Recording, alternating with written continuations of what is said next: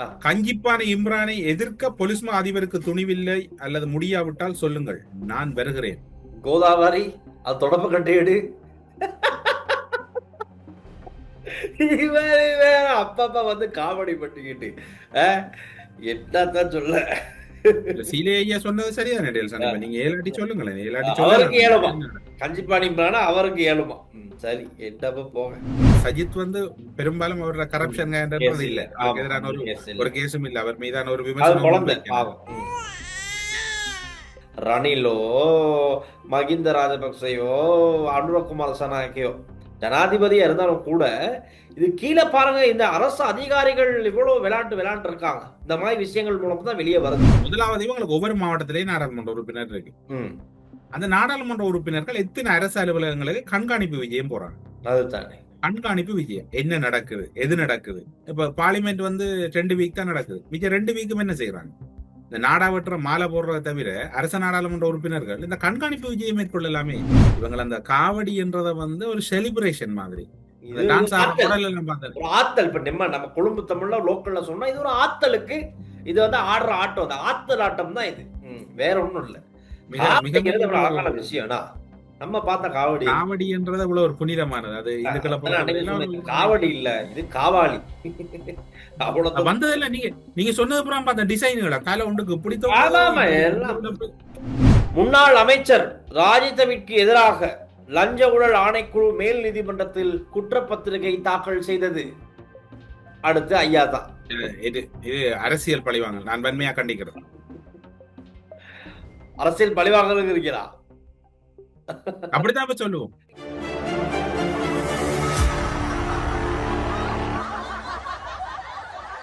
இத்தளத்தில் மிக குறைந்த கட்டணத்தில் விளம்பரம் செய்திட இன்றே தொடர்பு கொள்ளுங்கள்.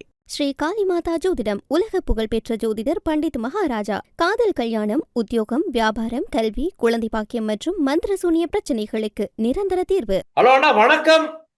வணக்கம் வணக்கம். என்ன கதை? என்ன கதை? இன்னைக்கு போயா விடுமுறை விடுமுறைன்னு சொல்லிட்டு நாட்டு நடப்பு விடலுமா? இயலாது. அப்ப வந்து இன்னைக்கு நடக்கிறத பரபரப்பான இப்ப கொஞ்சம் விஷயம் நடந்துகிட்டு இருக்கு. பார் அசோசியேஷன்லாம் ஒண்ணு மயிலாட்டம் கோயிலாட்டம் எல்லாம் நேற்று சண்டையெல்லாம் சண்டை. அந்த பக்கம் சண்டை போயிருக்கு, இந்த பக்கம் இனி என்ன நடக்க போகுதுங்கிற ஒரு காத்திருப்புல நம்ம நியூஸ் அப்டேட்டுக்காக வெயிட் ஆகிட்டு இருக்கோம்.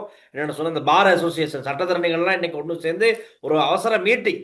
இந்த மீட்டிங்ல தான் என்ன செய்ய போறோம், சட்டத்தரணிகள் எல்லாம் சேர்ந்து இந்த அரசாங்கம் கொண்டு வந்திருக்கு அந்த நீதிபதிகளுடைய வயது நீடிப்புக்கு எங்களுடைய பதில் என்ன. ஏற்கனவே அவங்க வந்து எதிர்ப்பு தான். அந்த பார் அசோசியேஷனுடைய தலைவருடைய ஃபேஸ்புக் பதிவை பார்த்தா தெரியும், அவர் தொடர்ந்து இதுக்கு வந்து எதிர்ப்பு தான் தெரிவிச்சுக்கிட்டு வராரு. இப்ப என்ன கிடைச்சிருக்க தகவல்னு சொன்னா மக்கள் கருத்து கணிப்புக்கு போகணும் அப்படிங்கிறத வலியுறுத்த போறதான தகவல். இந்த மீட்டிங்ல எடுக்கப்பட்ட முக்கிய முடிவு. இவங்க வந்து எதிர்க்கிறாங்க, இந்த வயது நீடிப்புக்கு வந்து நாங்க இதை வந்து ஒத்துழைக்க மாட்டோம், இது வந்து வேணாம், இது சரி வராது, அதனால மக்கள் கருத்து கணிப்புக்கு போறோம்னு சொல்லி பார் அசோசியேஷன் எல்லாருமே முடிவுக்கு வந்திருக்கதா இப்ப கிடைச்ச தகவல் வந்து நாங்க நிகழ்ச்சி ஆரம்பிக்கும். நினைக்கிறேன் மக்கள் கருத்து கணிப்புக்கு அது எனக்கு தெரியாது, சட்ட ஏற்பாடுகள் என்ன சொல்லுதுன்னு தெரியாது. நான் நேற்று அமைச்சரவை பேச்சாளர் நலிந்த ஜெயதி செய்யற கருத்துப்படி கேபினெட் அப்ரூவலோட போகலாம்னு சொல்லி இருக்கிறார். அதுலயே ஒரு டவுட் இருக்குன்னால் கேபினெட் அப்ரூவலோட போகலாம் என்றால் இப்ப நாளைக்கு நாளைக்கு இந்த இவங்களோட கருத்துக்கள் எதிர்கட்சிகள் மக்களோட கருத்துக்களை கேட்கறதுக்கு ஒரு டைம் பீரியட் ஒன்று இருக்காது, 14 நாள் அப்படின்னு நினைக்கிறேன். இந்த அது ஒரு முக்கியமான தீர்மானத்தோட அந்த டைம்ல பார்லமெண்டம் வார செவ்வாய்க்கிழமை கூடுது. அதுல இவங்க ஏதாவது ஒரு கருத்தை முன் வச்சு சிலவள் இது வந்து நீதிமன்றத்தில ஆலோசனையை கேட்க போகல, நீதிமன்றத்தில கையிலான் இதுல முடிவு இருக்குது. நீதிமன்றம் சில வேளை நாடாளுமன்றத்தில ஒப்புதலோட அல்லது நாடாளுமன்றத்தில் இது தொடர்பான கருத்துக்களை கேட்கலாம் என்று நீதிமன்றம் வழி நடத்தலாம். நீதிமன்றம் அதையும் முடிவு பண்ண வேண்டியது நீதிபதிகள் தானே. நம்ம வயசு சம்பந்தமா இதுல பேசப்படுது, அப்ப நாங்க சரியா அட்டெண்ட் பண்ணுவோம்னு அவங்க யோசிச்சுக்குவாங்க. இல்ல இப்ப ஜேஆர் பீரியட் சொல்றான். உண்மையா ஜேஆர் அந்த பீரியட்ல இந்த நீதிபதிகள் வயதில் அதிகரிச்சு உயர் நீதிமன்றத்துல போன டைம் எல்லாம் பாத்தீங்கன்னு சொன்னா ஜேஆர் டைம் வந்து ஜேஆர் அந்த கிரேஸ் வந்து கொஞ்சம் குறைஞ்ச டைம். இப்ப கவர்மெண்ட் வந்து இப்ப உதாரணத்துக்கு சொல்லுவோமே, சரி நாடாளுமன்றத்துல ஒரு டிஸ்கஷனுக்கு போய் நாடாளுமன்றத்துல பெரும்பான்மை நிரூபிக்க சொல்லி கேட்கலாம். அப்படி இல்ல நீதிமன்றமே சில போல சர்வஜன வாக்கெடுப்பு போங்கன்னு சொன்னா கூட, மக்கள் கருத்து கணிப்பு போங்கண்டா கூட அரசாங்கம் இதை நான் நினைக்கிறேன். எனக்கு இருக்கிற டவுட் என்னன்னு சொன்னால் இதுல எதிர்கட்சிகள் இன்னும் பலவீனா போறதுக்கு தான் சூழ்நிலை இருக்குன்னு சொன்னால் மக்கள் பெருமளவுல இந்த நீதிபதிகள வயதில்ல நீடிச்சதை வரவேற்கிறாங்க. மக்களுக்கு ஆமா. என்ன நம்ம என்னன்னு நம்ம சொல்ல நிகழ்ச்சியிலே தெரியாது. எத்தனை பேர் கமெண்ட் பண்ணியிருக்காங்கன்னா, நேத்து நாங்க பார்த்தோம். எல்லாருமே இத ஆதரிக்கிறாங்க. உள்நாட்டிலயும் சரி, வெளிநாட்டிலயும் சரி எல்லாரும் வரவேற்கிறாங்க. இது செய்யுங்க, செய்யுங்கன்னு. ம். அப்ப மக்கள் என்ன செய்ய போறாங்கன்னு சொன்னால், இந்த சூழ்நிலையில சில வேளை நமக்கு தெரியாது. ஒருவேளை மக்கள் வந்து இத ஆதரிச்சு வாக்களிச்சு விட்டாங்கன்னு சொன்னால், எதிர்க்கட்சியில் இன்னும் பலவீனம். ஆமா. அரசாங்கம் இதுல சிம்பிளான ஒரு அரசாங்கத்தின தரப்புல அந்த பிரச்சார உத்திகள்ல அரசாங்கம் பயன்படுத்தின அரசாங்கத்துக்கு சார்பான சிவில் சமூகங்கள் அவங்கள இவங்க ம். நாங்க ஊழல்வாதிகளை தான் தண்டிக்க போறோம், இந்த நேரத்தான் தண்டிக்க போறோம் ஒரு எக்ஸ் ஒய் செட் என்ற ஒரு பேர் லிஸ்ட கொடுத்தாலே சனம் கண்ண மூடிட்டு அடிச்சு தள்ளிடும் பாக்க. எனக்கு ஒரு டவுட் இருக்குன்னா என்னன்னா, இப்ப நேற்றைக்கு முன்தினம் நடந்துச்சு ஜனாதிபதி சட்டத்தரணிகள் எல்லாம் இணைஞ்சு ஒரு பிரஸ் மீட் ஒன்று வச்சு இதுல அவங்க எதிர்ப்பு தெரிவிச்சாங்க. இது செய்ய வேணாம் செய்ய வேணாம்னு. அந்த விஷயத்திலும் சரி, இப்ப இன்னைக்கு நடக்கிற இந்த பார் அசோசியேஷன்ல மீட்டிங்லயும் சரி, என்ன சொல்றாங்கன்னா, ராஜபக்சர்களுடைய ஆட்சி காலத்துல ஷிராணி பண்டர்நாயக் அவங்கள வந்து பதவி நீக்கிறதுக்கான வேலைப்பாடுகளை அந்த அரசாங்கம் கையாண்டுச்சு. அதுக்கப்புறமா மக்கள் தக்க பதில வந்து தேர்தலில் கொடுத்துட்டாங்க. சிராணி அப்படின்னா நீதிமன்றத்தில் கை வைக்க போனதோட ராஜபக்சர்களுடைய ஆட்சி வந்து சற்று சரிய தொடங்கிடுச்சு. அதுதான் அவங்களோட சரிவுக்கு முதலாவது காரணம், முதலாவது ஆரம்பமே இந்த சிராணி பண்டர்நாயக்க அவங்களுடைய விஷயம் தான். இப்ப ரெண்டு அரசாங்கமும் இந்த விஷயத்துல கை வச்சு சுயாதீன நீதித்துறையில கை வச்சு சரிவை சந்திக்க ரெடியாக போகுதோ அப்படிங்கிற மாதிரி இந்த சட்டத்தரணிகள் எல்லாம் பேசிக்கிறாங்க. அதுல ரெண்டு வித்தியாசம் இருக்கு சார். ம். எனக்கு என்னடா இதுல எனக்கு என்னடா அந்த அண்டைய சூழ்நிலையை நான் பார்த்தேன்னா, அண்டு சிராணி பண்டார் நாயக்கா வந்து பசில் ராஜபக்சவுக்கு சார்பான தீர்ப்பை கொடுக்காம அந்த மாகாண சபைகள் ஆமா. சட்டம் ம். மூலம் தீர்மானத்தை வந்து எதிராக கொடுத்தது. எதிராக கொடுத்ததால அவோ இம்பீச்மெண்ட் கொண்டு வந்து அந்த அட்டாசம் பண்ணது. ம். ஆனா இங்க அது நடக்கலே. இங்க அதுதானே. just அந்த ரெண்டுக்கும் வித்தியாசம் இருக்குது. ஆமா. அண்டு ராஜபக்சேர குடும்பம் சட்டத்தை வளைச்சு தங்களுக்கு தீர்ப்பு கேட்டது. ம். இப்ப இங்க அப்படி ஒரு சிச்சுவேஷன் நடக்கல. இல்ல. இத்த வரைக்கும் தீர்ப்புகள்ல வந்து ஒரு என்ன சொல்ற அரசு சார்பான தீர்ப்புகள் இலங்கை நீதிமன்றத்துல வந்த மாதிரி எனக்கு தெரியல எந்த ஆமா. பார்வை. ஆமா. ஆமா. அரசு சார்பான அல்ல அரசுக்கு சார்பான இப்ப உதாரணத்துக்கு எஃப்சிஐடி சிஐடி மற்றது சிஐடி மற்ற புலனாய்வு அதிகாரிகள் வழங்குற தகவல் அடிப்படை சட்டமாதிப திணைக்களம் தான் வழக்குகளை ரன் பண்ணி கொண்டிருக்கு. ம். ம். அதுக்கு இதுக்கும் வித்தியாசம் கூட. அது ராஜபக்சேர குடும்பம் தங்களுக்கு தீர்ப்பு சார்பா வழங்காதால சிராணியை தூக்கி எறிஞ்சது. ம். ஆனா இங்க இப்ப உளவு காலமும் தங்களுக்கு சார்பா தீர்ப்பு வழங்கலையா வழங்கினதான்ற கேள்வியும் இருக்குது. ஆனா ஒரு குழப்பமா இருக்குது. இது இது தொடர்புல ஒரு பொதுவா ஆமா.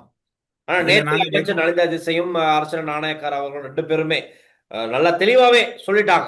இது வந்து நம்ம அரசியலமைப்புல இப்படியெல்லாம் சொல்லி இல்ல, மக்கள் கருத்து கணிப்புக்கு போக தேவையில்ல, கேபினெட் அமைச்சரவை தீர்மானம் வழங்கியாச்சு, அமைச்சரை அனுமதி வழங்கிருச்சு, ஸோ இதை வந்து நாங்கள் அடுத்த கட்டத்துக்கு கொண்டு போறோம் அப்படி இப்படின்னு தெளிவா சொல்லிட்டாங்க. அதே மாதிரி இப்ப யார் இதுக்கு எதிர்ப்பு தெரிவிக்கிறது அப்படின்னு பார்த்தா அவர் சொல்றாரு, அமைச்சர் சொல்றாரு, இந்த ஊழல் மோசடி வழக்குல இருக்கவங்க, இந்த கொலை கொள்ளை வழக்குல இருக்கவங்க இவங்க தான் கொஞ்சம் பதற்றத்திலே வெளியே இருந்து எதிர்கட்சியில இருந்து கத்திக்கிட்டு இருக்காங்களே தவிர பொதுமக்கள் யாரும் இதுக்கு எதிர்ப்பு தெரிவிக்கிற மாதிரி எங்களுக்கு தெரியல அப்படிங்கிற மாதிரி சொல்லிட்டாங்க. நேற்று தயாசிரியிற ஊடக சந்திப்பை பார்த்தனீங்களோ தெரியாது.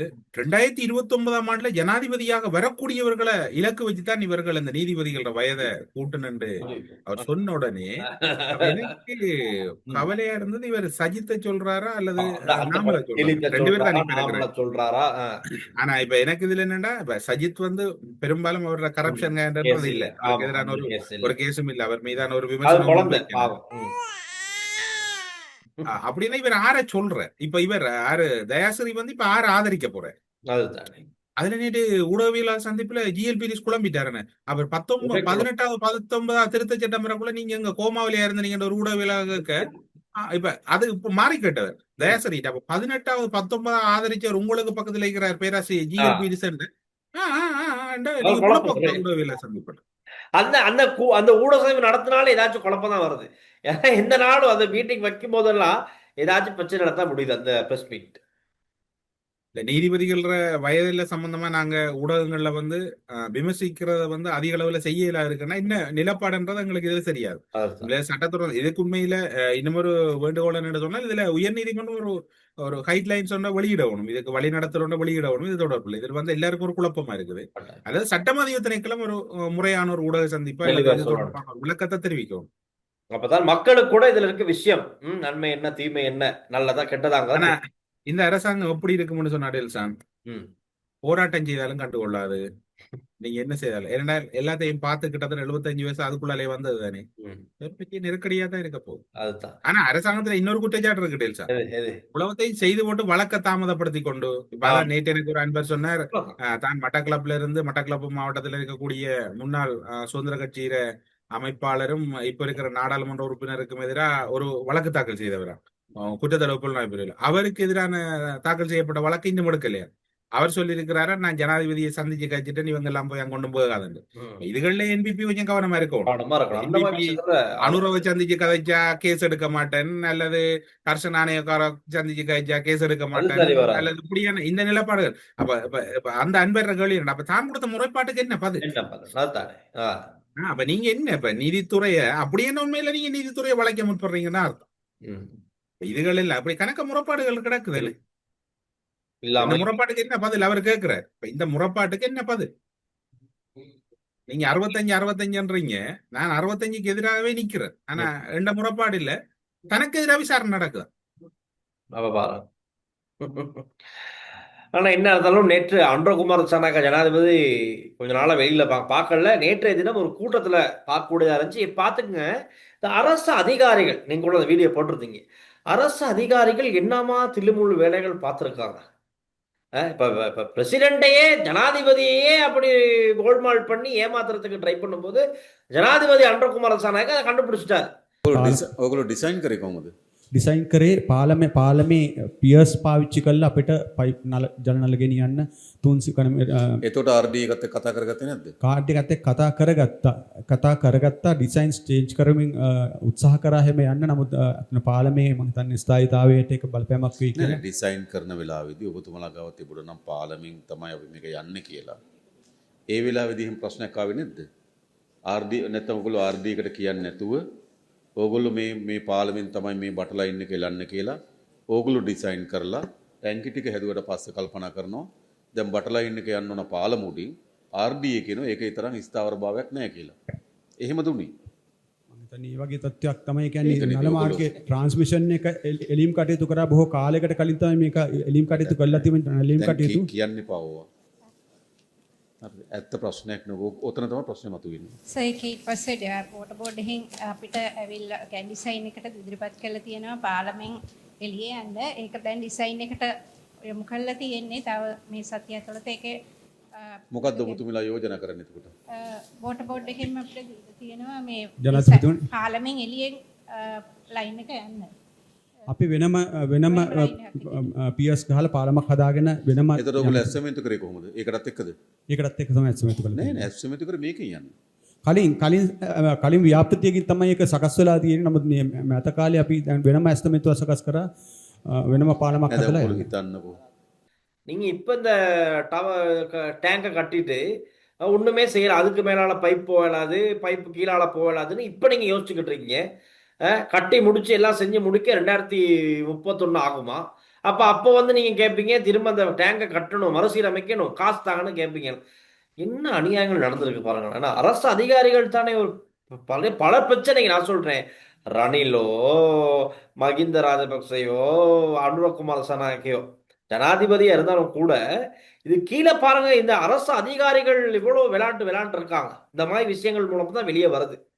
அப்ப அதுல நான் கேட்கிறேன் இந்த அரசு அதிகாரி சொல்றதும் சரி, இப்ப முழு அரசு திரைக்களங்களும் இப்படி செலவு செய்யப்படணும். அதுதானே செஞ்சாதான் சரி, செய்யப்படணும். அதுதான் மக்களுடைய தேவையா இருக்கு. இல்லைன்னு சொன்னா இது ஒரு இடம், இன்னும் பல இடங்கள்ல இப்படியான வேலைகள் தான் நடந்திருக்கு. ஒண்ணு அனுமதியை வாங்கிட்டு இன்னொரு டிபார்ட்மெண்ட் அனுமதி தரலன்னு சொல்லிட்டு பாட்டுக்கு இருக்குது. ஏதாச்சும் ஒரு ப்ரொஜெக்ட் ஆரம்பிச்சுன்னா அந்த ப்ரொஜெக்ட்ல இந்த டிபார்ட்மெண்ட் அனுமதி தரல, இந்த டிபார்ட்மெண்ட் அனுமதி தரல, அதனால நாங்களும் செய்யாம இருக்கோம் அப்படின்னு சொல்லிட்டு பாட்டுக்கு இருந்துடுறாங்க. கடைசியில மக்களுடைய பணம் தான் நாங்க வீணாகுது. இந்த மாதிரி பல ப்ரொஜெக்டுகள் அநியமா போயிருக்கு. இப்ப இந்த ப்ரொஜெக்டோட இந்த ஜனாதிபதி அதான் அவதானம் செலுத்துற அந்த வீடியோ நாங்க பார்த்துட்டு வரோம். ටැංකි ටික හදනවා. දැන් මේ മന്ത്രിතුමා කියන විදිහට ටැංකි හදලා අවුරුදු 2ක් විතර. හැබැයි වතුර ගෙනියන්න බටලයින් එක ලා ගන්න පෙරුවේ ඉන්නේ. ඉතින් මොකද්ද ඉතින් ඵලය? ටැංකි ටිකක් හදන් ඉන්නවා වතුර නැතුව. ඉතින් මූලික ඩිසයින් එක ඔයගොල්ලෝ හැම ආයතනෙම කල්පනා කරන්න. මොකක් හරි තමන්ගේ ඩිසයින් එකේ තව ආයතනයක් එක බද්ධ වෙලා තියෙනවා නම් ඒ ආයතනේ පූර්ව අනුමැතිය ගන්න. ජනාධිපතිතුමා මේකට RD එකත් එක්ක අනුමැතියක් අරගෙන අපි ඇග්‍රීමන්ට් එක සයින් කරලා තියෙනවා. නමුත් දැන් කියනවා ඒගොල්ලන් බැහැ කියන එක. ඒක තමයි වෙලා තියෙන්නේ. ගරු ජනාධිපතිතුමා දැන් මේ ප්‍රශ්නේ දැන් උපදේශනකාර සභාවට මම අරගෙන ගියා. නමුත් එතෙන්දිත් දැන් ඔය මේකත් මේ ටිකම තමයි දිගටම කියන්නේ. නමුත් මේ වැඩේ වෙන්නේ නැහැ. ජනතාවට ජල ප්‍රශ්නේ උග්‍රයි ඒ ටිකේ. මොකක්ද RD එක ඒ වෙලාවේ එකඟ වෙලා දැන් ඒක අපේ ඩිසයින් එකත් එක්ක තමයි මේ සැලසුම් අංශයත් එක්ක තමයි මේ සම්බන්ධ නෑ දැන් ඒගොල්ලෝ කියනවා අවදානම් කරන දේ පාලමුඩින් මේ පම්ප් ලයින් එක යන එක. ඔව් ඊට මේ පස්සේ කලින් දැක්කේ නැත්තේ ඒක. ඇග්‍රීමන්ට් එකක් සයින් කරලා තිනවා කියලා. ඕගොල්ලෝගේ වෙනම PS එකක් හදලා යන්නකො කොච්චර කාලයක් යනද ඕගොල්ලන්ට? අපි 2028 මාර්තු වෙනකොට ඒක නිම කරන් තමයි දැන් 28 මාර්තු. තව අවුරුදු වැඩක් නෑ නේද? ඊට පස්සේ ඕගොල්ලෝ ඊළඟ සල්ලි ඉල්ලන්නේ මේ ටැංකි ටික ප්‍රතිසංස්කරණය කරන්න කියලා. අවුරුදු 3ක් විතර දැනුත් දෙකක් පහුවෙලා යනවා. තව අවුරුදු දෙකකට කිට්ටු වෙන කාලයක් යනවා නම් අවුරුදු 4ක්. දැන් මේ ටැංකි ටික හදලා සල්ලි වියදම් කරලා අපි තියන් ඉන්නේ. එහෙනම් පාර්ලිමේන්ත අවදානම් නැත්තම් ඕගොල්ලෝ දෙන්න නැත්තම් ඕගොල්ලෝ වැඩේ පටන් ගන්න. නැත්තම් తాවකාලික විසඳුම් නැද්ද මොනවද? பாருங்க அப்ப இந்த மாதிரி அதிகாரிகள் வந்து கவனக்குறைவா அவதானம் செலுத்தாம அவங்களுடைய லேசுக்கு இப்படி வேலைப்பாட பார்த்துக்கிட்டு இருக்கனால பல நாசகார செயல்கள் நடக்குது. கொஞ்சம் அவதானம் செலுத்தினா நல்லது. இல்ல இப்ப எல்லா பக்கமும் செலுத்தினாலும் தானே அது சரி. எல்லா அலுவலகங்களையும் கவனம் இருந்து வச்சுட்டு தானே. ஆமா. முதலாவது இவங்களுக்கு ஒவ்வொரு மாவட்டத்திலேயும் நாடாளுமன்ற உறுப்பினர் இருக்கு. ம். அந்த நாடாளுமன்ற உறுப்பினர்கள் எத்தனை அரசு அலுவலகங்களுக்கு கண்காணிப்பு விஜயம் போறாங்க. அதுதானே. கண்காணிப்பு விஜயம் என்ன நடக்குது எது நடக்குது அதுல ஒரு பிரதேச ஒரு ஒரு மாவட்ட செயல அடிப்படையில அதை பிரிச்சு இப்ப பார்லிமெண்ட் வந்து 2 வீக் தான் நடக்குது. மிச்சம் 2 வீக்கும் என்ன செய்யறாங்க? இந்த நாடா வெட்டுற மாலை போடுறத தவிர அரச நாடாளுமன்ற உறுப்பினர்கள் இந்த கண்காணிப்பு விஜயம் மேற்கொள்ளலாமே. இப்ப நேற்று மன்னார்ல வந்து ஒரு சம்பவம் நடந்திருக்குது. ஒரு பேருந்து சேவை ஆரம்பிச்சிருக்கிறாங்க. நல்ல விஷயம். அதுல என்ன வரவேற்கத்தக்கன்னா தனியார் பேருந்து வந்து இதுல இணைக்கப்பட்டிருக்கு. 50% தான் மாணவர்கள்ட்ட வந்து அந்த இது கொடுக்குற பணம் பெறன்னு சொல்லு. நல்லது நடக்குது. இப்ப இப்படி பார்த்தா ஜனாதிபதி அன்றகுமார் திசாநாயக்கத்தான் எல்லா டிஸ்ட்ரிக்ட்டுக்கும் போயிட்டு எல்லா மீட்டிங்லையும் கலந்துக்கிட்டு எல்லா அரசு அதிகாரிகளையும் பார்த்துக்கிட்டு இருக்கணும். அவருடைய வேலையில விட்டுறணும். இப்ப இதை தான் செய்ய இருக்கு. அப்படி செஞ்சா தான் இந்த அரசு அதிகாரிகள் கொஞ்சம் ஒரு லைனுக்கு வருவாங்க. இல்லைன்னா அதுவும் கஷ்டம் தான் போல தெரியுது. முன்னாள் அமைச்சர் ராஜிதவிற்கு எதிராக லஞ்ச ஊழல் ஆணைக்குழு மேல் நீதிமன்றத்தில் குற்றப்பத்திரிகை தாக்கல் செய்தது. அடுத்து ஐயா தான். இது அரசியல் பழிவாங்க. நான் வன்மையா கண்டிக்கிறேன். அரசியல் பழிவாங்கலுக்கு இருக்கிறா. அப்படிதான் சொல்லுவோம். அவங்க அதுதான் இப்படிதான் இதெல்லாம் நடந்துட்டா அவங்க அதான் சொல்லுவாங்க. ஏன் நேத்து அரெஸ்ட் பண்ணி உள்ள போனாரு சமிந்த விஜயசிறி. அவரை பத்தி சஜித் பிரேமதாச இப்படி சொல்றாரு. சமிந்த விஜயசிறி முழு இலங்கை மக்களின் பலமான தலைவர். இப்பதான் 1.5 வருஷம் உள்ளுக்கு போயிருக்காரு. எதுக்கு? போலீஸ் அதிகாரிகளை தாக்கி கொலை அச்சுறுத்தல் விடுத்ததுக்காக குற்றச்சாட்டு. அதுக்காக உள்ள போயிருக்க நபர் வந்து சமிந்த விஜயசிறி முழு இலங்கை மக்களின் பலமான தலைவரம் சஜித் பிரேமதாஸ் சொல்லியிருக்காரு. அதே நேரத்துல இலங்கையில வருமானம் வந்து 30.6% அதிகரிச்சிருக்கிறதோட அந்த வளர்ந்து வரும் நாடுகள பட்டியல சென்ற வருடம் 19வது இடத்துல 2025 19வது இடத்துல இருந்த இலங்கை இந்த வருடம் 5வது இடத்துக்கு முன்னேறி இருக்குதுன்னு சொல்லிக்கொள்ளும். அதே மாதிரிதான் 1000க்கும் மேற்பட்ட புதிய ஏற்றுமதியாளர்கள் நாட்டின் ஏற்றுமதி துறையில் இணைந்திருக்கிறாங்க. அதுவும் புதிய ஒரு அப்டேட் ஏற்றுமதி அபிவிருத்தி சபை இந்த அப்டேட்டை வெளியிட்டு இருக்கு. ஆனா இதுல இன்னும் ஒரு கேள்வி என்னன்னு சொன்னா இலங்கையில சிறிய மற்றும் பெரிய அபிவிருத்திகள் எதுவும் இடம்பெறலன்னு சொல்லப்படுது. அப்படி அபிவிருத்தி இடம்பெறாட்டி காசு இருக்கும் தானே. ஆமா. பணம் அபிவிருத்தி இடம்பெறாட்டி இருக்கும் இல்லையாவுமா? ஆமாமா. அதுக்கான அதனால பணம் செலவாகல என்ற ஒரு குற்றச்சாட்டும் இருக்குது. இன்னொரு நல்ல விஷயம் ஒன்று இருக்குன்னா நாடு கடன் செலுத்தும் நெருக்கடியை சந்திக்காது என்பதை உறுதிப்படுத்தி இலங்கையின் கடன் தரவரிசை CCC+C ஆக உயர்த்தப்பட்டது. நல்ல விஷயம் ஒன்று. அது வந்து ஒரு நல்ல மாற்றம். அது இலங்கையின் கடன் தரவரிசை உயர்த்தப்பட்டிருக்கு. இப்படி கடன் செலுத்தும் நெருக்கடி ஏற்படாது என்ற நம்பிக்கைக்கு வலு சேர்த்த முன்னேற்றம். இலங்கை தனது வெளிநாட்டு கடன் பொறுப்புகளை நிறைவேற்றும் திறனில் முன்னேற்றம் காணப்படுவதாக மதிப்பிட்டுள்ள நிலையில் நாட்டின் கடன் தரவரிசை CCC+C ஆக உயர்த்தப்பட்டுள்ளது. இந்த தரவரிசை உயர்வு இலங்கை உடனடி கடன் செலுத்தும் நெருக்கடியை எதிர்கொள்ளும் அபாயம் குறைந்துள்ளதாகவும் பொருளாதார மீட்சியை நோக்கிய முன்னேற்றத்திற்கு சர்வதேச நிதி சந்தைகளின் நம்பிக்கை அதிகரித்து வருவதை பிரதிபலிப்பதாகவும் சொல்லப்பட்டிருக்கிறது. எனக்கு இந்த நேரத்தில் ஞாபகம் அன்றகுமார் திசாநாயக்க ஜனாதிபதி பட்ஜெட் வாசிக்கும் போது சொன்னார் பார்லிமெண்ட்ல எதிர்கட்சியை பார்த்து, இவங்க எல்லாம் சொல்றாங்க 2028 நீங்க எப்படி கடன் செலுத்த போறீங்க, எப்படி கடனை மீள செலுத்துவீங்க, இல்லாம போறோம் வங்குரோத்தை அடைய போறோம்னு அவர் சொல்றாரு. 2028 கடனை திருப்ப செலுத்த போறது நாங்க தான், ஆட்சியில் இருக்கிறதும் நாங்க தான், அதை நாங்க செய்வோம் அப்படின்னு ஒரு சவால் விட்டார். இப்ப அதுக்கான அந்த சமிச்சைகள் நல்லபடியா தெரியுது. ஆனால் இதுல ஒரு கவலை என்னன்னு சொன்னா இதை விட வேகமா அனுரகுமார் திசாநாயக்க சிசியில இருந்து B1க்கே போகல. பிரியாணிக்கு போலாம். பெரிய இடத்துக்கு போகலாம். ஏனென்றால் இந்த ம். புலம்பெயர் முதலீட்டாளர்கள், இலங்கை முதலீட்டாளர்கள் விடயத்துல கவனம் செலுத்தல இன்றைக்கு வரைக்கும். ம். அதையும் கவனம் செலுத்தாம இருக்கிறாங்கன்னு விளங்கல. பலர் இருக்கிறாங்க. ம். இன்றைக்கு பல முதலீட்டாளர்கள் பலர் இருக்கிறாங்க. ம். குறு மற்றும் பெரும் கைத்தொழில்களை செய்யக்கூடிய பலர் இருக்கிறாங்க. அவங்கள ஈடுபாடு காட்டல. அதே நேரம் இன்னும் புலம்பெயர் இலங்கையர்கள் அல்லது ஈழத்தமிழர்கள் மத்தியில அரசாங்கம் சரியான வகையில அந்த உறவை பேணுறதுல ஒரு முயற்சி எடுக்கல. அதுக்கு எனக்கு எனக்கு இப்படி ஒரு டவுட் இருக்கு. இப்ப நீங்க சொன்னோன்னே ஏற்கனவே இந்த பெரும்பான்மை சமூகத்துல இருந்து, அதுவும் ராஜபக்ச கதவுர் ராஜபக்ச கெம்பெயின் சைட்ல இருந்து ஒரு குற்றச்சாட்டு முன்வைக்கிறாங்க. டயஸ்போராவினுடைய அந்த பம்ப் பண்றாங்க. டயஸ்போரா ஃபண்ட் பம்ப் பண்ணி தான் தமிழ் மக்களுக்கு தேவையானதாக இந்த அரசாங்கம் செய்து சிங்கள மக்களை கண்டுக்கிறதே இல்லை, புத்த சாசனத்தை கண்டுக்கிறதே இல்லை, தமிழ் மக்களுக்கு தேவையானதை மட்டும் செஞ்சு கொடுத்துக்கிட்டு இருக்குது அரசாங்கம். அதனால இது டயஸ்போராவால கொண்டு வரப்பட்ட அரசாங்கம் அப்படின்னு ஏற்கனவே ஒரு கதை இருக்கு. ஒருவேளை அந்த கதைக்கு அந்த கதை என்னடா இவங்க இப்படியே சொல்லிக்கிட்டு இருக்காங்க, நம்ம செஞ்சாலும் குத்தம் செய்யாட்டியும் குத்தம், இப்ப நாங்க போயிட்டு உதவி கேட்டா இன்னும் என்னவங்க இதை சொல்லிக்கிட்டு இருப்பாங்கன்னு சைலண்டா இருக்காங்களோ தெரியல. இப்படி நீங்க சொல்றீங்க, தமிழ் மக்கள் சொல்றாங்க கண்ணியா விடுறாங்கல்ல, தையட்டிய விடுறாங்கல்ல, வெடுக்குநாரிய விடுறாங்கல்ல, அங்கால திருவண்ணாமலை மட்டக்களப்பு மயிலத்தன மாதவன் இப்படி கணக்க பிரச்சனை முடிக்கிறாங்கல்ல, இவங்க எங்களுக்கு எதிராக இருக்கிறாங்க. தொல்லியல் திணைக்களத்தை வச்சு தொல்லை கொடுத்துக்கிட்டு இருக்காங்க. தொல்லியல் என்ற இடத்தை வச்சு துளைச்சு கொண்டிருக்கிறாங்க மக்கள். யாரு நல்லதுன்னு சொல்றது? என்ன அது ரெண்டு பக்கம் இப்படித்தான் இருக்கு. நடுவுல அரசாங்கம் குத்து உத அடி வாங்கிட்டு தான் இருக்கு. அந்த மயிலாட்டம் நேற்று கட்டாயம் நேற்று எடுத்துருவோம். இதுல நான் திரும்பவும் பதிவு செய்யறேன் டேல்சான், மிகவும் ஒரு என்ன சொல்றது, ஒரு கேவலமான செயல் நேற்று நடந்தது. இந்துக்கள்ற மிகவும் ஒரு அவங்களோட நேர்த்திகளை தீர்க்கக்கூடியதான் அந்த காவடி ஆட்டம். இது நேத்து மட்டும் வருஷ வருஷமா இது நடந்துகிட்டு இருக்கு. நடந்து கொண்டிருக்குது. இந்த விஷ்ணு ஆலயத்துல இவங்க அந்த காவடி என்றத ஒரு செலிப்ரேஷன் மாதிரி ஆத்தல். இப்ப நம்ம கொழும்பு தமிழ்ல லோக்கல்ல சொன்னா இது ஒரு ஆத்தலுக்கு இது ஆடுற ஆட்டம், அந்த ஆத்தல் ஆட்டம் தான் இது, வேற ஒண்ணும் இல்ல. அழகான விஷயம்னா நம்ம பார்த்த காவடி, காவடின்றது அவ்வளவு ஒரு புனிதமானது. அது இந்துக்களை காவடி இல்ல, இது காவாலி. அவ்வளவு வந்ததில்ல. நீங்க சொன்னது அப்புறம் பார்த்த டிசைன்களா தலை உண்டுக்கு பிடித்தோம் எல்லாம் இதுல பாதிப்பு அத்தனை. இதுல கஞ்சிப்பான் இம்ரான் தேபாலி மல்லி எல்லாம் கால் பண்ணி அச்சுறுத்திக்கிறாங்கன்னா என்ன காரணம்? இதுல முக்காவாசி எல்லாம் அந்த அண்டர்வேர்ல்டோட சம்பந்தப்பட்ட கேஸ் தான் இருக்குது. ரைட்டா? என்ன செய்ய, நம்ம நேரம் போலீசாருடைய பாதுகாப்புல நேற்று இந்த விஷயம் நடந்திருக்கு. போலீஸ் அதிரடிப்படை STF எல்லாரும் சேர்ந்து பாதுகாப்பு கொடுத்து இந்த கூட்டத்தை கூட்டிக்கிட்டு போயிருக்கு. அவங்க ஆட இது பாதுகாப்பு கொடுக்க என்ன செய்ய, நம்ம நாட்டுல எல்லாம் அப்படியே வளர்ந்து வந்துருச்சு. நாட்டுல நேற்று ஒரு குழப்பமும் நடக்கல இல்லையா? நடக்கல. அங்க ஒரு அடிச்சடி நடந்திருக்கு. அந்த தெவுந்தர அந்த பெரேரா டைம்ல பல பேர் சேர்ந்து ஒரு 2 பேரை அடிச்சிருக்காங்க. அந்த இளைஞர்கள் மத்தியில தெரியாதா? எல்லாம் சின்ன ஆத்தல் சொன்னேன். ஆத்தலுக்கு போன இடத்துல சாத்தல் நடந்திருக்கு. ஒரு அடி ஒன்று நடந்திருக்கு. அடி குத்து நடந்திருக்காங்க. சம்பவம் நடந்திருக்கு. கலவரம் போன சின்னதா பிரச்சனை. அப்ப இதுக்கு காவடி என்று வைக்க கூட மயிலாட்டம் ஒயிலாட்டம் என்று வச்சா சரி.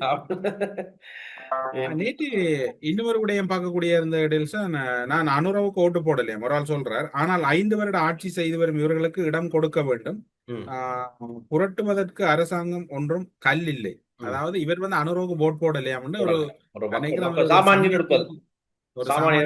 கருத்து பதிவாயிருக்குது. கஞ்சிப்பான இம்ரானை எதிர்க்க பொலிஸ்மா அதிபருக்கு துணிவில்லை அல்லது முடியாவிட்டால் சொல்லுங்கள், நான் வருகிறேன். நம்மட சீலை ஐயா சொல்லி இருக்கிறேன். கோதாவரி அது தொடப்பு கட்டிடு அப்பப்ப காமெடி பட்டுக்கிட்டு என்னத்தான் சொல்ல. சீலை ஐயா சொன்னது சரியான நீங்க ஏலாட்டி சொல்லுங்களேன். அவருக்கு ஏழுமா கஞ்சிப்பாணி அவருக்கு ஏழுமா. சரி என்னப்ப போக. என்ன நேத்து அம்பாரா டிசிசி மீட்டிங்ல ஒரே ஃபயரா இருக்கு. தலைப்பு மட்டும் தான் தமிழ்ல பார்த்தேன், சிங்களத்துல என்ன நடக்குன்னு அதான் உள்ள காக்கா ஒற்றே அட்டகாசம். ஆளுநர் அவர் தான் முதல்ல பிரச்சனை முன்வைக்க அவர் சொல்றாரு, இந்த பிரிட்ஜுக்கு பக்கத்துல பிரிட்ஜ் அதான் பாலத்துக்கு பக்கத்துல இருக்க இடத்த வந்து நீங்க அளவீடு செய்யுங்க அப்படிங்கிற மாதிரி தான் ஏதோ ஒரு கதை போகுது. அது சரியா சவுண்ட் வந்து கிளியர் இல்லை, நமக்கு கிடைச்ச விஷுவல்ல வந்து சவுண்ட் கிளியர் இல்லை. ஒரிஜினல் விஷுவல் வந்து நமக்கு அது தெளிவா என்ன விஷயம் பேசப்பட்டு தெரிஞ்சுக்கலாம். அப்ப இவரை அளக்க சொல்றாரு. இப்ப அங்கிட்ட இருக்கவங்க சொல்றாங்க அதிகாரிகள் வந்து அளக்கிறதுக்கு காசு போகும். அப்புறம் சொல்ல, அளக்கிறதுக்கு என்னது காசு போகும், அது போகாது, நீங்க அழக அப்படி இப்படிங்கிற மாதிரி சொல்லும் போது அங்க இவங்க கட்சியில் ஆதரவாளர்கள்லாம் எழுந்து அந்த ஏனைய அதிகாரிகளோட அப்படி அட்டாக்ல போறாங்க. அந்த வீடியோ நல்லா இருக்கு, பார்ப்போம். ඕගොල්ලන්ගේ ප්‍රශ්න අපේ ප්‍රශ්න කතා කරන්න මොකද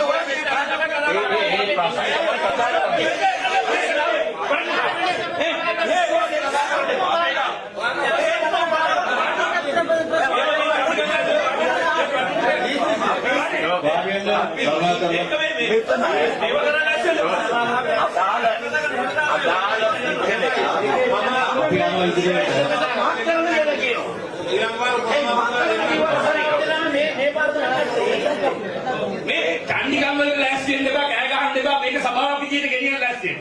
සමාවෙන්න නගරට. ඕකේ. දැන් මට එකම මේකට උත්තර දෙන්න. මේ රිසර්වේෂන් එක මාක් කරන්න මොකක්ද අඩුපාඩු තියෙන්නේ? ඒ කෙල්ලට මාක් කරන්න. ඒකනේ රිසර්වේෂන් එක ඔප්පුරිලා තියෙනවා. රිසර්වේෂන් එක ඔප්පුරිලා තියෙනවා. இப்போது இலங்கையில ஒரு மிக முக்கியமான ஒரு விடயம் நடந்து கொண்டிருக்கு. செம்மணி படுகொலை அகழ்வு நடவடிக்கை நடக்குது. அதே மாதிரி மண்டைதீவு படுகொலையும் ஊர்காவல்துறை நீதிமன்றத்துல விசாரணைக்கு எடுத்துக் கொள்ளப்பட்ட மண்டதீவு படுகொலையும் இப்போது அகழ்வு நடவடிக்கைகளுக்கான ஒரு நகர்வு ஒன்று ஆரம்பிக்கப்பட்டிருக்கிறதா கூறப்படுது. நேத்து நியூஸ் இன்சைட்ல இந்த அமைச்சர் அரசர் நாணயக்கார சொன்ன ஒரு விடயத்தான் ஹைலைட்டா பேசியிருந்தேன். முடிஞ்சா போயிட்டு பாருங்க மக்கள் எல்லாரும். அதுல என்ன சொல்றாருன்னா, நான் உங்கள்கிட்ட கேட்கணும் இருந்த இந்த விஷயத்த அவர் சொல்றாரு. ஒரு இடத்துல இந்த செம்மணி பகுதி வந்து இயக்கத்தினுடைய கட்டுப்பாட்டுல முதல் இருந்துச்சான். அதுக்கப்புறமா இந்திய படையினுடைய கட்டுப்பாட்டுல இருந்துச்சு. அதுக்கப்புறம் பெராமிலிட்டரியுடைய கட்டுப்பாட்டுல, அதுக்கப்புறம் இந்த 4வது தரப்பா ராணுவத்தினுடைய கட்டுப்பாட்டுக்கு வந்துச்சு. அதே இது வந்து எனக்கு கொஞ்சம் சந்தேகத்தை ஏற்படுத்தி இருந்துச்சு. தகவல் பிள்ளை அவர் சொன்னது சரி, எல்லார கட்டுப்பாட்டுல இருந்தது. ஆனா இந்த மக்கள் படுகொலை வந்து நடந்தது வந்து ராணுவம் மீளவும் போனதுக்கு பிறகுதான். ராணுவம் மீளவும் போனதுக்கு பிறகு இந்த சம்பவம் நடந்தது. அதுக்கு ஆதாரம் இருக்கு. இப்ப உதாரணத்துக்கு நீங்க ஒரு வீட்டுல கூலிக்கு இருக்கிறீங்க, நானும் அதே வீட்டுல கூலிக்கு இருக்கிறேன், இன்னும் ஒரு ஆள் அதே வீட்டுல கூலிக்கு இருக்கிறேன்னா, 4வது வந்திருந்தால் ஒரு பிழை செய்தன்னு சொன்னால், டெல்சானம் இருந்தது, தமிழரசும் இருந்தது, அப்ப அவர்களும் இதுல இருந்தவங்க, அதனால இவரும் இருந்தது, அப்ப நாங்க இவரை நேரே சொல்லலாம்னு சொல்லலாம். இல்ல ராணுவம் நேரடியா ஈடுபட்டதுன்றதுக்கு ஆதாரங்கள் இருக்குது. இப்ப அதோட சோமரத்ன ராஜபக்சவே ஒரு வாக்குமூலம் கொடுத்திருக்காரு. ஆனா இப்ப நீதியமைச்சர் அரசியல் நாயக்கர் சொல்ற சோமரத்ன ராஜபக்சனுடைய இந்த வாக்குமூலத்தை வந்து கொஞ்சம் சந்தேக பார்வையில பாக்குறாரு. ஒருவேளை ஜனாதிபதி பொது மன்னிப்பு பெறத்துக்காக இவர் இப்படி சொல்றாரா, இல்ல என்னத்துக்கு சொல்றாரு, அதை கொஞ்சம் நாங்க தேடி பார்க்கணும், இது உண்மை சொல்றாரா பொய் சொல்றாங்கிற மாதிரி அவருடைய கருத்து வந்திருக்கு. இப்ப நீங்க சொல்ற மாதிரி இப்ப சோமரத்ன ராஜபக்ச வந்து டெல்சானன்னு சொன்னா, நீங்க இப்ப சொல்ற மாதிரி இல்ல. இப்ப அவர் சொல்றாரு வந்து இவர் வந்து தீர்ப்புகள் வழங்கப்பட்டதுக்கு பிறகு குற்றவாளி கூண்டுல இருந்தான்னு சொன்னாண்டு.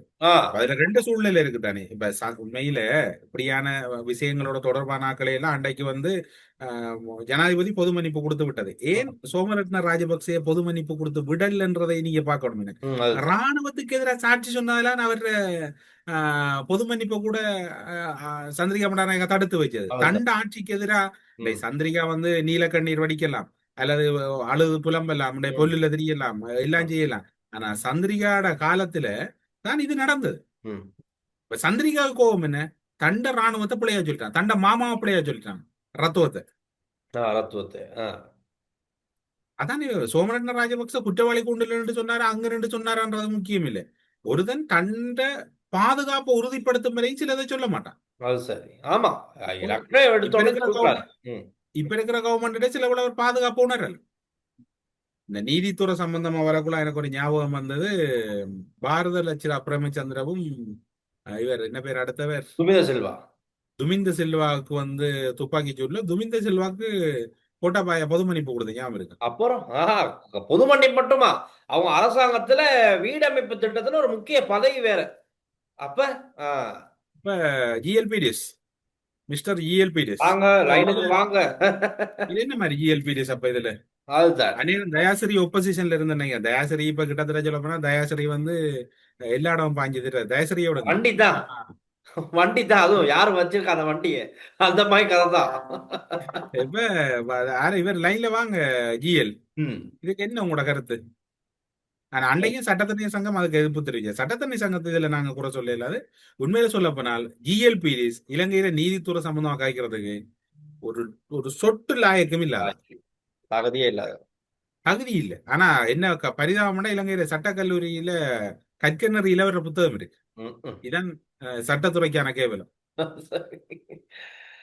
ரைட்ண்ணா, நாங்கள் அதோட கமெண்ட்ஸுக்கு வருவோம். நம்ம மக்களோட தான் இருக்கோம். நாங்கள் மக்கள் கருத்தை வாசிச்சுட்டு நீங்கள் நிகழ்ச்சியை முடிவு கொண்டு வருவோம். ஒருத்தர் போட்டிருக்காரு முதல்ல கமெண்ட் இருக்கு, இன்ஷா அல்லாஹ் அனூஜானுக்கு பொது மன்னிப்பு வழங்கப்படலாம் அப்படிங்கிற மாதிரி கொடுத்திருக்காரு.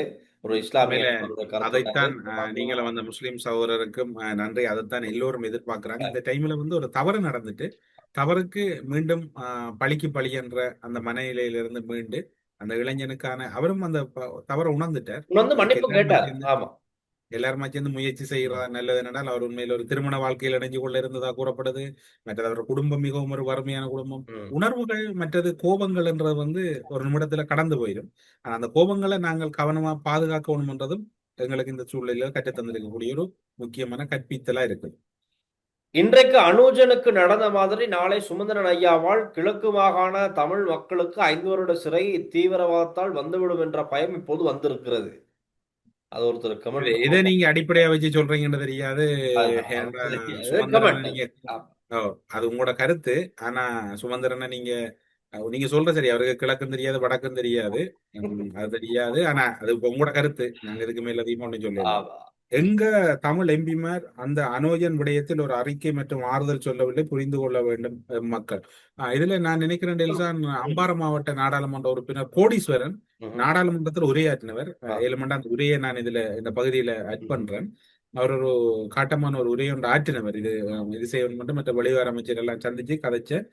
கேபினெட்லன்னா அனோஜன் சம்பந்தமா பேசப்பட்டுச்சு, ஊடகவியலாளர்கள் கேள்வி கேட்கிறாங்க. அதை பத்தி போதிய தெளிவு அரசாங்கத்துக்கு இல்ல. நளின் தத்தீசா வந்து அதுல கிளியரா இல்ல, அந்த விஷயம் தெரியாத மாதிரி தான் இருக்காரு அவர்.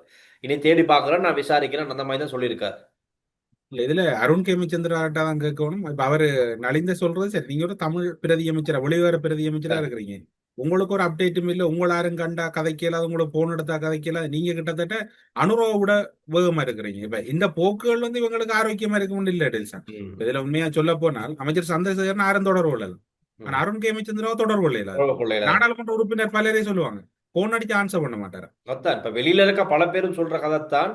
மினிஸ்டருக்கோ இல்லாட்டி டெபியூட்டி மினிஸ்டருக்கோ கண்டெக்ட் பண்ண முடியாது. ரைட், அவங்க தான் சரி பிஸியா இருப்பாங்கன்னு பார்த்தா செயலாளருக்கு கண்டெக்ட் பண்ணலன்னா செயலாளருக்கும் பேசாது. சில பேர் இங்கிலீஷ்ல பேசுவாங்க, அங்க டிரான்ஸ்லேட் பேசுறாங்க. தமிழ் பேசுனா தமிழ்ல பேச தெரியாது. இப்படி பல பிரச்சனைகளுக்கு நிறைய பேர் முகம் கொடுத்து அதை குறைபாடா சொல்றாங்க. ஐயோ இது கூட கொஞ்சம் சரி செய்யுங்க, இந்த மினிஸ்ட்ரிஸ் எல்லாம் கொஞ்சம் ஆக்களை கொஞ்சம் மொழி தெரிஞ்சவங்க மொழியாளும் இருக்கவங்களை கொண்டு வந்து வைங்களே அப்படிங்கிற மாதிரி சொல்றாங்க. அதெல்லாம் கொஞ்சம் கவனத்துல. திருவண்ணாமலையில் என்ன விசித்திரம்னா ஒரு சிங்கள நாடாளுமன்ற உறுப்பினர் இருக்கிறார். அவர் 6 போல இடத்துல ஆன்சர் பண்ணுவார். அவர் என்பிபி எல்லாம் இருக்கிறார். அவர் நல்லா தமிழ் கதைப்பார். அவர் நல்லா தமிழ் கதைப்பார். 6 என்னத்துக்கு போன் பண்ண ஆன்சர் அருக்கேமி சந்திராட்ட இருக்கிற இது வந்து ஒரு தடவை ஆன்சர் பண்றல போன். அண்ட் இன்னும் ஒரு ஊடகவியலாளர் சொன்னார், அவர் ஏதோ ஒரு சந்தர்ப்பத்துல கூட அவருக்கு தெரிஞ்ச ஒரு ஆள் போன் வருதுதான், அவர் பார்த்துட்டு அப்படி வைக்கிறார். அப்ப பாருங்க சொல்ல இதுகளையும் கொஞ்சம் கவனம் செலுத்தணும். என்ன சொன்னா நீங்கள் வந்து இது இப்ப அரசாங்கத்துக்கு தெரியலன்றதை விட அருண் கேமச்சந்திராட ஒரு கவலையினம் தான் இது. ஒரு தமிழ் படியனுக்கு அப்படி நடந்திருக்குன்னா தமிழோ முஸ்லீமோ என்ன பாதிப்பு நடந்தாலும் நீங்க அதுக்கு குரல் கொடுக்க வேணும். அதன் அடிப்படையில அன்றைய முஸ்லீம் அமைச்சரோ தமிழ் அமைச்சரோ கேபினெட்ல இல்ல, ஒரே அமைச்சர் சந்திரசேகரன் மட்டும்தான் இருக்கிறார் கேபினெட் அமைச்சர். அமைச்சர் ஒருத்தரும் இல்லை. நீங்க உங்களுக்கு அந்த பொறுப்பு இருக்குது. நீதிபதி யாரா இருந்தால் என்ன, வயது எத்தனையா இருந்தால் என்ன, குற்றவாளிகள் தானே தண்டிக்கப்படுவார்கள், இவர்களின் வயதை நீடித்ததுதான் சரி என்று ஒரு அன்பர் எழுதியிருக்கிறார். டில்சான், அது உங்களோட கருத்து? டில்சான், தமிழரசு உள்ளுக்கு அனுப்ப போகிறார்கள் என்று கூறுவதை விட்டு செய்து காட்டட்டும். செய்து காட்டட்டும், அந்த அரசாங்கம் செய்து காட்டட்டும். அதைத்தான் நாங்களும் சொன்னாங்க. இப்ப நீதிபதிகள வயது அதிகரிச்ச என்னத்துக்கு வழக்க முடிக்கிறதுக்கு. நீங்க இந்த டிசம்பருக்கு இடையில வழக்க முடிக்கல, இன்னும் நீங்க தவணை போட்டீங்கன்னா அது உங்கள் மீதான மாறி விமர்சனம் வரும். அதுல மாற்றம் இல்லை டெல்சன். அது உங்களோட கருத்தோட நாங்களும் உடன்படுறோம்.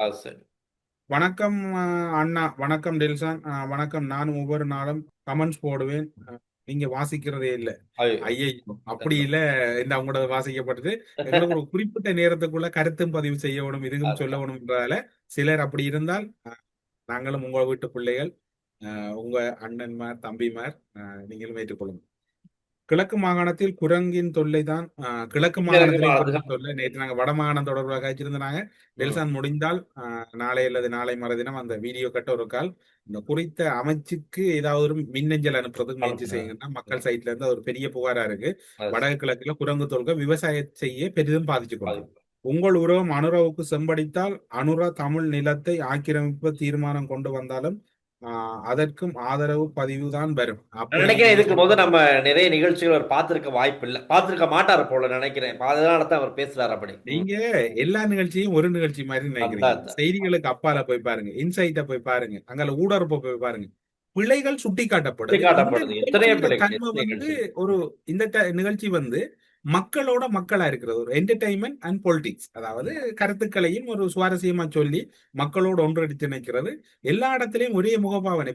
தமிழ் அரசியல் தோற்று போனதுக்கு காரணம் எல்லா இடத்திலையும் உணர்ச்சிகளை பயன்படுத்துறது. ராஜதந்திரம் இல்ல, என்ன சொல்ற, அந்த உள்ளுணர்வுகள் வெளிப்பட தெரியாது, ஒன்றும் தெரியாது. எல்லா இடமும் ஒரே மாதிரி கையாள உட்பட்டதுல பிரதிபலிப்பு தான் இதா இருக்கலாம். செம்படிக்கிறது இல்ல, செம்ப கவுக்குறதான் வேலை. நல்லபடியா போயிட்டு கவனமா இருங்க. பாய். இத்தளத்தில் மிக குறைந்த கட்டணத்தில் விளம்பரம் செய்திட இன்றே தொடர்பு கொள்ளுங்கள். ஸ்ரீ காளிமாதா ஜோதிடம் உலக புகழ்பெற்ற ஜோதிடர் பண்டித் மகாராஜா. காதல், கல்யாணம், உத்தியோகம், வியாபாரம், கல்வி, குழந்தை பாக்கியம் மற்றும் மந்திர சூனிய பிரச்சனைகளுக்கு நிரந்தர தீர்வு.